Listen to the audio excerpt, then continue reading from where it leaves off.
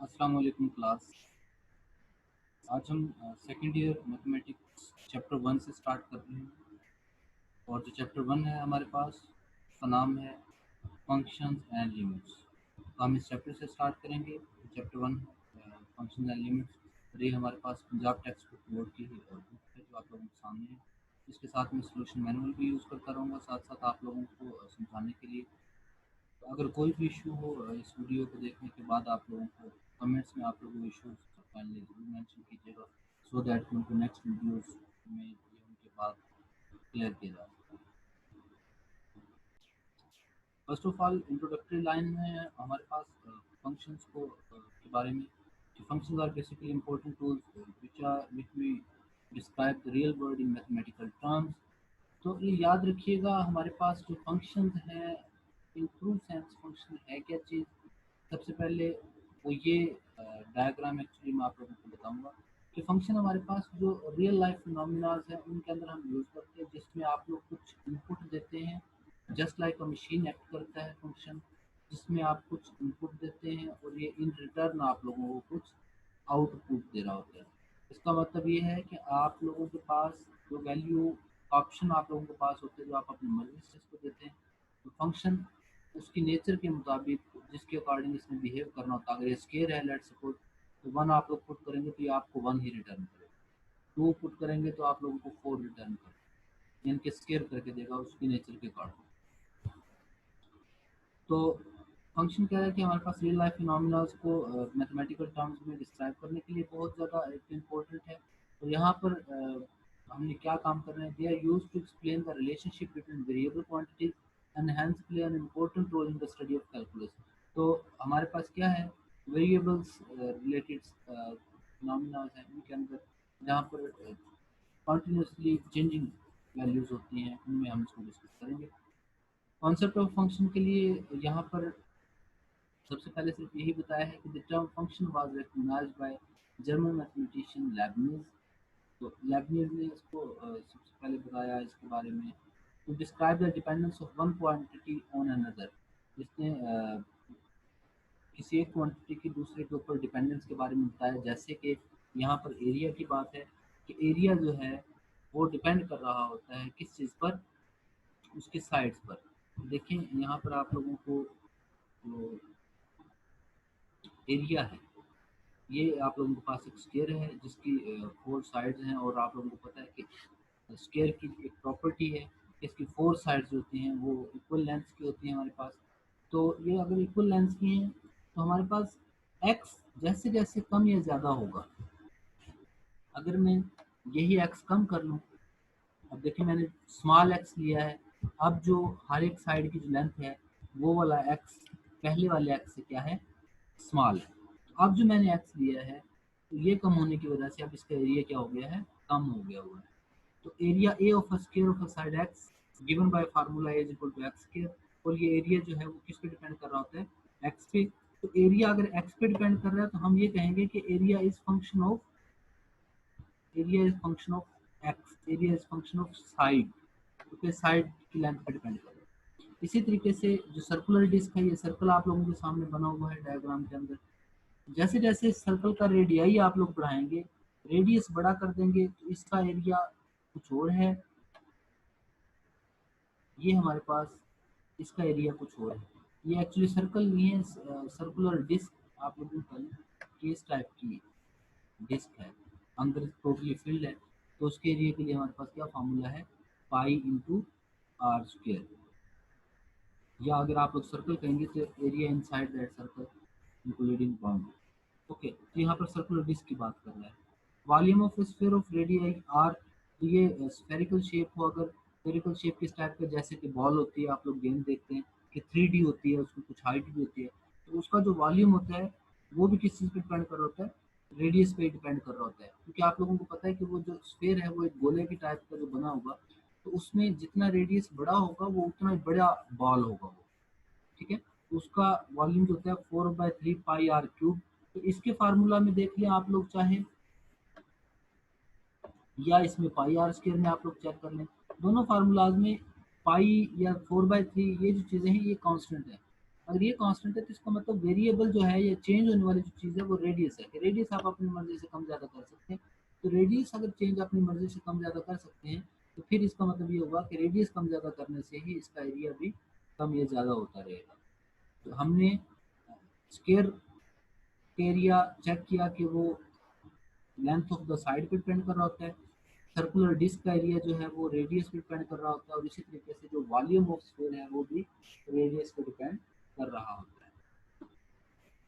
Next हमारे पास है Swiss mathematician आलर ने वो करा है कि हमारे पास फंक्शन का एक आइडिया इसको राइट करने का दिया कि y is equal to F of X, और इसको रीड कैसे करते हैं, y is equal to F of X, यानी कि ये जो आप लोगों के पास टर्म दिख रहा है इसको y is equal to F of X पढ़ते हैं, या y is equal to function y is function of X भी कहते हैं आप लोग।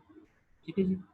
और यहाँ पर जो इम्पोर्टेंट चीज़ है वो ये है कि x वेरिएबल जो है वो इंडिपेंडेंट वेरिएबल है और y जो है वो डिपेंडेंट वेरिएबल है, क्योंकि x की वैल्यू आप अपनी मर्जी से दे सकते हैं तो इसको आप लोग इंडिपेंडेंट कहते हैं, जबकि y जो है उसी के हिसाब से आता है।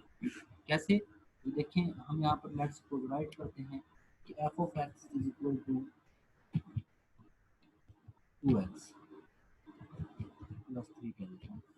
तो आप लोग अपनी मर्जी से x की जगह पे कोई भी वैल्यू पुट करें, मैं 2 पुट कर देता हूँ, तो इसका जो आंसर है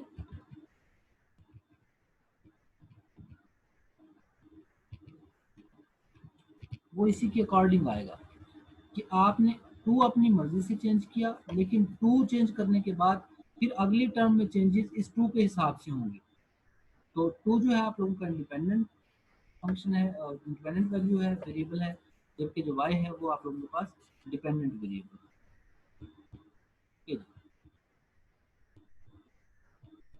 ये यहाँ पर तमाम चीज़ें वही हैं कि आप लोगों के पास ये रूल और क्रॉसपॉन्डेंस है, जिसके अंदर 2 सेट होते हैं, और 2 सेट किस तरीके से होते हैं कि आप लोगों ने एक सेट को दूसरे के साथ रिलेट करना होता है। फर्स्ट ईयर मैथमेटिक्स में जब आप लोगों ने काम किया था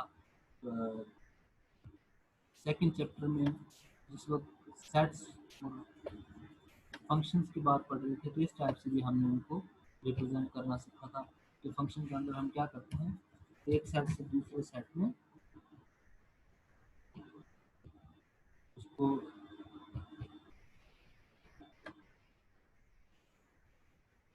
हर एक एलिमेंट ए के हर एलिमेंट को बी के किसी यूनिक एलिमेंट के साथ क्या करते हैं, रिलेट करते हैं। ये डेफिनेशन में बात क्लियर हो जाएगी। क्या है जी डेफिनेशन इसकी, फंक्शन की प्रॉपर डेफिनेशन में पढ़ते हैं। A function f from a set x to a set y is a rule or correspondence that assigns each element of x in x with a unique element of y in y। कि हमारे पास क्या है, ये ऐसा rule या क्रॉसपॉन्डेंस है जिसमें आप लोग x के हर एलिमेंट को y के किसी एलिमेंट के साथ क्या करते हैं, रिलेट कर रहे होते हैं। और उसके अंदर याद रखिएगा जो फर्स्ट सेट होता है, जो फर्स्ट सेट है उसको डोमेन कहते हैं, जबकि set of corresponding elements of y are called ring। तो ये corresponding elements वाली क्या बात है, corresponding elements में बात ये है कि ज़रूरी नहीं कि y के या सेकंड सेट के तमाम ही एलिमेंट यूज हों। जब आप लोगों ने फर्स्ट में फंक्शंस की टाइप को पढ़ा था तो वहाँ पर किसी सेट x से y की तरफ अगर आप लोगों ने फंक्शन दिया होगा, ये x था सेट, लेट्स सपोज ये y था हमारे पास, तो अगर आप लोगों को याद हो यहाँ पर इसके अंदर मैं सपोज एलिमेंट रख लेता हूँ 1 2 3, यहाँ पर मैं एलिमेंट्स रख लेता हूँ ए और बी, बी एंड सी। ठीक है, तो जब इनको आपस में रिलेट करना था तो हमने ये कहा था कि लेट्स सपोज ऐसा फंक्शन है 1 मैप कर रहा है 2 पे, 2 भी मैप कर रहा है ए पे, और 3 मैप कर रहा है बी। ये फंक्शन है क्योंकि आप लोगों ने x के हर एलिमेंट को y के किसी एक एलिमेंट के साथ क्या कर दिया है, ज्वाइन कर दिया है, रिलेट कर दिया है, असाइन कर दिया हुआ हमने। तो अब ये फंक्शन तो है, लेकिन इसमें देख लें कि फर्स्ट एलिमेंट फर्स्ट सेट जो है उसके तमाम एलिमेंट यूज होते हैं, इस वजह से हम कहते हैं कि जो फर्स्ट सेट है ना, सेट एक्स, वो हमारे पास डोमेन होता है।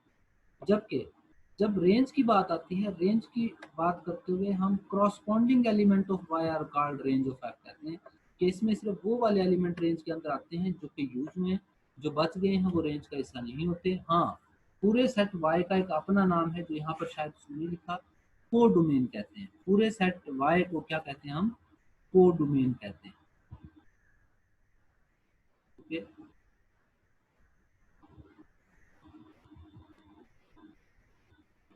ये उसको वही प्रोसेस है कि एलर में जो है y is a function of x, इसको बोलने का तरीका है y is equal to F of X लिखते हैं, ये फंक्शन ऑफ कहते हैं, या y is equal to F of X भी कहते हैं। ये सारे उसको राइट करने के बोलने के तरीके हैं। हाँ, इसके बारे में इम्पोर्टेंट नोट यहाँ पर जो राइट किया गया है वो क्या है कि function are often denoted by letter such as F G H. Function के लिए कैपिटल लेटर्स भी और स्मॉल लेटर्स भी तमाम यूज़ किए जा सकते हैं। A function can be thought as a computing machine f that takes an input x। ये आपको पहले मैंने बताया कि फंक्शन जो हमारे पास है कंप्यूटिंग मशीन, जिसमें आप कुछ x देते हैं और ये बात इन रिटर्न आपको y दे रहा होता है। x इंडिपेंडेंट वेरिएबल है, y डिपेंडेंट वेरिएबल है, और अगर x और y दोनों ही तमाम वेरिएबल रियल वैल्यूड नंबर हों तो हम उस फंक्शन को रियल वैल्यूड फंक्शन कहते हैं या फंक्शन ऑफ रियल नंबर्स भी कहते हैं। ओके, ये टेक्स्ट बुक से हम बेसिकली थ्योरी स्टडी कर रहे हैं एक्सरसाइज फर्स्ट से पहले। तो इसकी जो एग्जांपल्स आएंगे उनमें कुछ एग्जांपल्स मैं आप लोगों को करवा दिया करूंगा, कुछ एग्जांपल्स आप लोग देखेंगे। एक्सरसाइज के क्वेश्चन को हम थॉरोली डिस्कस कर लेंगे, और उसके बाद भी अगर आप लोग किसी स्पेसिफिक क्वेश्चन के बारे में बताएंगे, डिमांड करेंगे, तो उस स्पेसिफिक क्वेश्चन से रिलेटेड वीडियो अपलोड कर दी जाएगी। Okay, given F of X is equal to X cube plus two X square plus four X minus one. ये आप लोगों को एक फंक्शन गिवन है, और इस फंक्शन में क्या है हमारे पास, x मौजूद है। आपने फाइंड आउट करना है एफ ऑफ जीरो। तो F of zero find out करने के लिए आप लोगों ने सिंपली करना ये है कि आप लोग जहां जहां x मौजूद था वहां वहां जीरो पुट करते जाएं। तो ये देखें, एक्स क्यूब था, x तो जीरो क्यूब हो जाएगा, टू के साथ जीरो मल्टीप्लाई होकर जीरो हो जाएगा, फोर है तो फोर के साथ जीरो मल्टीप्लाई होकर जीरो हो जाएगा, और ये minus one as it is. तो zero minus zero plus zero minus one, तो आप लोगों के पास अल्टीमेट जो आंसर आएगा that is equal to minus one. तो इसका मतलब ये हो गया कि फंक्शन में F of zero, F of one या एफ ऑफ माइनस टू, इस तरह के तमाम आंसर फाइंड आउट करने के लिए जहाँ जहाँ एक्स है वहाँ पर आप लोगों ने ये वैल्यू पुट करनी है। माइनस टू है अंदर, तो जहाँ पर एक्स है वहाँ पे माइनस टू पुट कर दें, वन है तो जहाँ जहाँ एक्स है वहाँ पे वन पुट कर दें। तो फर्स्ट थ्री पार्ट तो इस बिल्कुल वैसे ही है। जो फोर्थ पार्ट है, फोर्थ पार्ट के अंदर basically F into one plus x के अंदर नंबर नहीं है बल्कि वो भी फंक्शन ऑफ एक्स है। तो कोई बात नहीं, आपने यहाँ पर कोई चेंजेस नहीं लेके आनी। देखें, यहाँ पर F of one plus x आप लोगों ने राइट की, उसके बाद यहाँ पर फर्स्ट टर्म क्या थी फंक्शन के अंदर, एक्स क्यूब। तो आप लोग अपने क्वेश्चन में जाएं, तो जहाँ पर एक्स क्यूब था वहाँ पर वन प्लस एक्स यानी कि ये वाली वैल्यू पुट कर देंगे ना आप लोग उसके अंदर। आप लोगों ने जहाँ जहाँ एक्स है वहाँ पर वन प्लस एक्स पुट कर देंगे। तो आप अपने क्वेश्चन में जाएंगे और वहां पर क्या करेंगे, जहां पर एक्स है वहां पर वन प्लस एक्स, तो एक्स क्यूब था तो one plus x cube, minus two into x square था तो one plus x square, four के साथ एक्स था तो हमने यहाँ पर वन प्लस एक्स पुट कर दिया। तो इससे क्या पता चला कि अब हमने ए प्लस बी क्यूब ओपन करना है, वन ए प्लस बी स्क्र का फॉर्मूला अप्लाई करना है। तो वन प्लस एक्स क्यूब में ए प्लस बी क्यूब का जो फॉर्मूला है वो क्या है हमारे पास, ए प्लस बी क्यूब का formula A cube plus three A square B. ये मैं यहाँ पर राइट कर देता हूँ,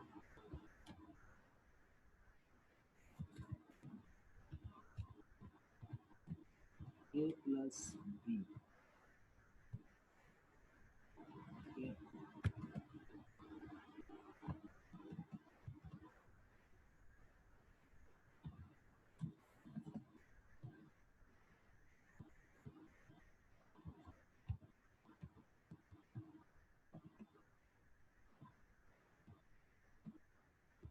तो जी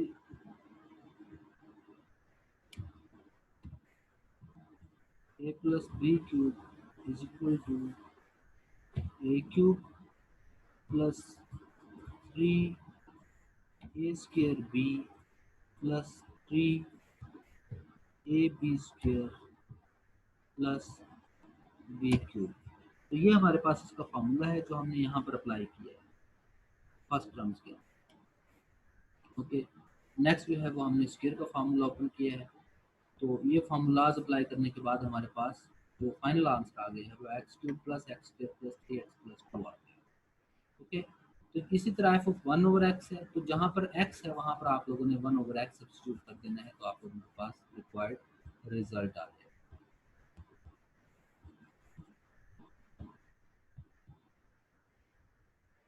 जी नेक्स्ट हमारे पास एग्जाम्पल एक और है जिसमें आप लोगों ने डोमेन और रेंज फाइंड आउट करना है।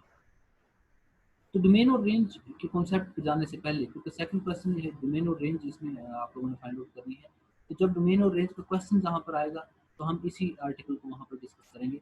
अब मैं एक्सरसाइज में उसी से रिलेटेड क्वेश्चन आप लोगों को पहले करवाता हूँ। जो टॉपिक अभी हमने किया और वो टॉपिक क्या था, जिसमें फंक्शनल वैल्यूज फाइंड आउट करनी होती हैं या एक वेरिएबल को दूसरे वेरिएबल पर डिपेंड करके हम दिखाते हैं कैसे। ये देखें, डोमेन और रेंज का कॉन्सेप्ट अभी मैं इसको स्किप कर रहा हूँ। इसको जैसे ही डोमेन और रेंज की डेफिनेशन पढ़ेंगे फिर उससे रिलेटेड क्वेश्चन करेंगे। अभी ये वही क्वेश्चन कर लेते हैं जिस तरह की अभी हमने एक एग्जांपल की थी कि F of X equal to X square minus X है। तो आप लोगों ने एफ ऑफ -2 फाइंड आउट करना है। तो जहाँ जहाँ पे एक्स था वहाँ पे आप लोगों ने -2 पुट करना है। तो -2 square plus minus minus two, तो ये आप लोगों के पास इससे रिलेटेड आंसर आ गया। एफ ऑफ 0 फाइंड आउट करना है, एक्स -1 फाइंड आउट करना है, या एक्स स्क्वायर प्लस 4।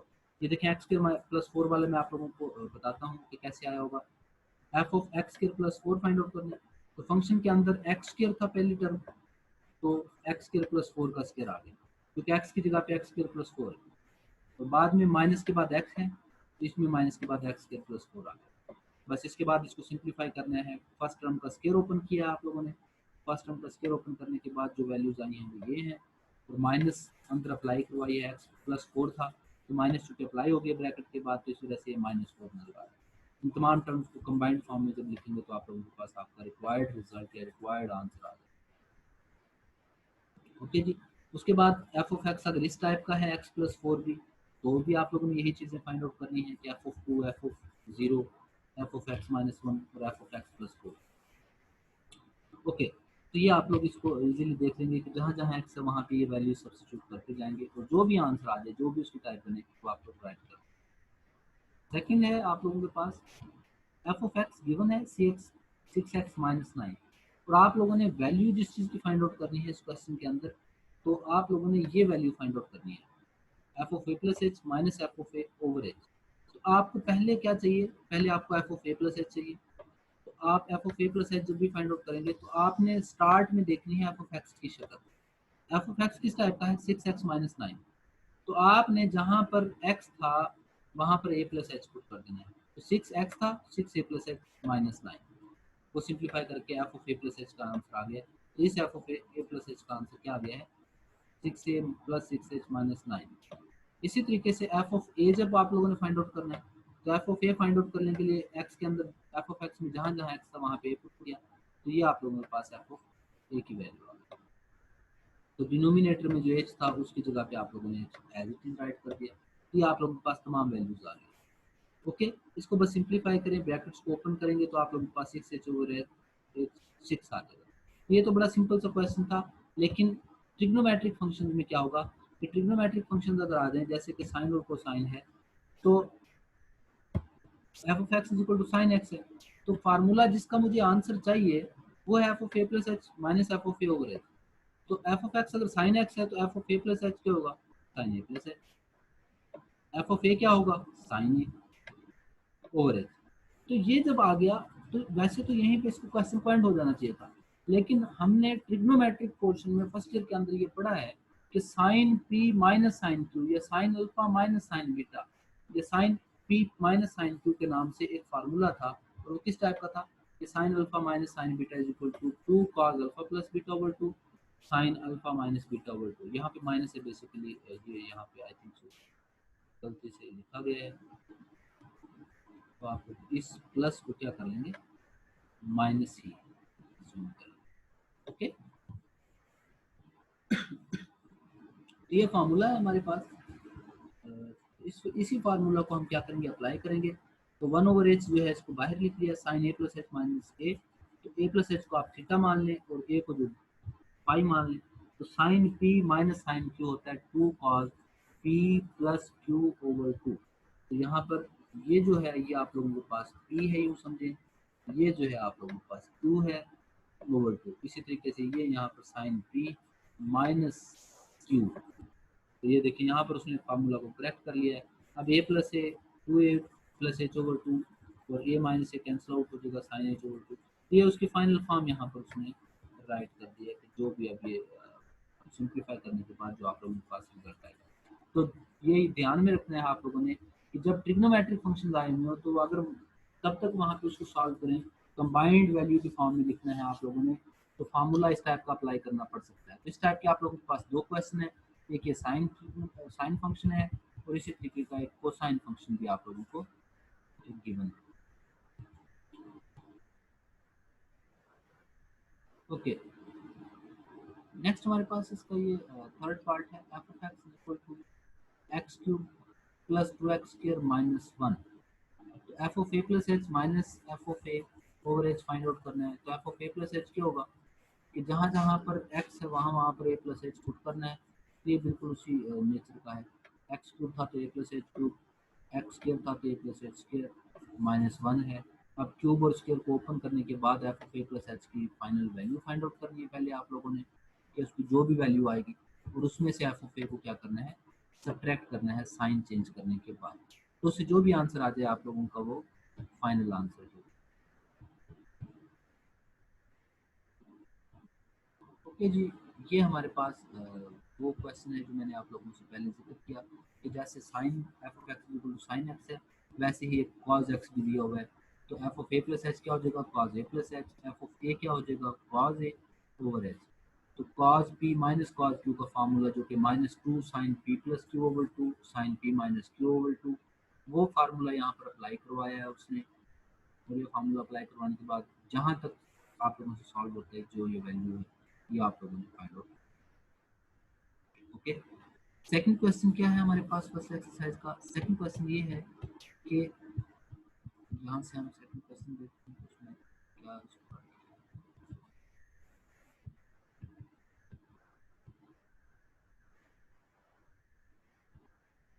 ये हमने फर्स्ट टू क्वेश्चन को सबसे पहले किया है। सेकंड क्वेश्चन हमारे पास इसका जो है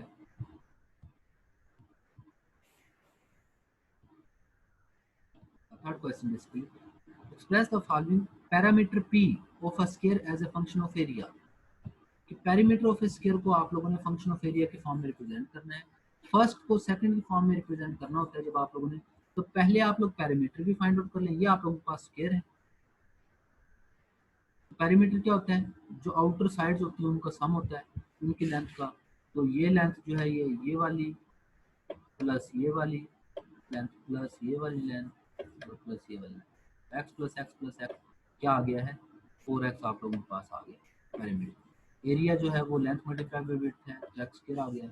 आप लोगों ने parameter as a function of area जब फाइंड आउट करना है, पैरामीटर को function of area find out करना है, तो आप लोगों ने काम सिर्फ इतना सा करना है कि दोनों में जो कॉमन वेरिएबल है दूसरे वाले वेरिएबल में से उसकी वैल्यू फाइंड आउट करनी है और पहले वाले वेरिएबल के अंदर क्या कर देनी है, पुट कर देनी है। तो अब हम चेक कर लेते हैं कि क्या यहाँ पर यही काम किया गया है। ओके, ये देखें parameter as a function of area है तो area is equal to X square है। तो A is equal to X square में से एक्स की वैल्यू क्या आएगी, ए स्क्वायर रूट। तो एक्स की वैल्यू एरिया में से फाइंड आउट करने के बाद हमने क्या की है, parameter p is equal to 4x में 4 के बाद जहाँ पर x आना था वहाँ पर उसकी वैल्यू पुट कर दी। तो ये हमारे पास अब जो वैल्यू आई है इसमें आप लोग गौर से देखें तो आपको नजर आएगा कि हमने पैरामीटर को as a function of area जो है वो राइट कर दिया। ओके, तो ये हमने पैरामीटर को as a function of area लिखा। इसी तरीके से जो सेकंड में हमने काम करना है वो क्या है, area of a circle as a function of its circumference. तो एरिया ऑफ सर्कल जो है वो उसका भी फार्मूला आपको आना चाहिए, पाई आर। आप लोगों के पास अगर रेडियस आर है तो पाई आर स्क्वायर होता है और सर्कमफ्रेंस 2 पाई आर होता है। उसने यहाँ पर इसको एक्स लिखा है अगर, तो आप लोग पाई एक्स स्क्वायर और 2 पाई एक्स कह सकते हैं। तो आप लोगों ने एरिया को as a function of circumference लिखना है, तो सेकंड वाले में से यानी कि सर्कमफ्रेंस वाले में से क्या करेंगे आप लोग, एक्स की वैल्यू फाइंड आउट करेंगे और एक्स की जो भी वैल्यू आए उसको उठा के इस एक्स स्क्वायर की जगह पे पुट कर देंगे। तो एक्स स्क्वायर की जगह जब पुट करेंगे तो सी का भी स्क्वायर आ जाएगा और 2 पाई का भी स्क्वायर आ जाएगा, तो सी स्क्वायर ओवर 4 पाई स्क्वायर आएगा। तो ए की वैल्यू क्या आ गई मेरे पास, 8 पाई कैंसिल आउट हो गया, तो सी स्क्वायर ओवर 4 पाई। ये एरिया को as a function of circumference हमने लिख लिया। थर्ड वन क्या है, volume of cube as a function of its area, area of its base. Okay, अब हम नेक्स्ट वॉल्यूम देखने जा रहे हैं।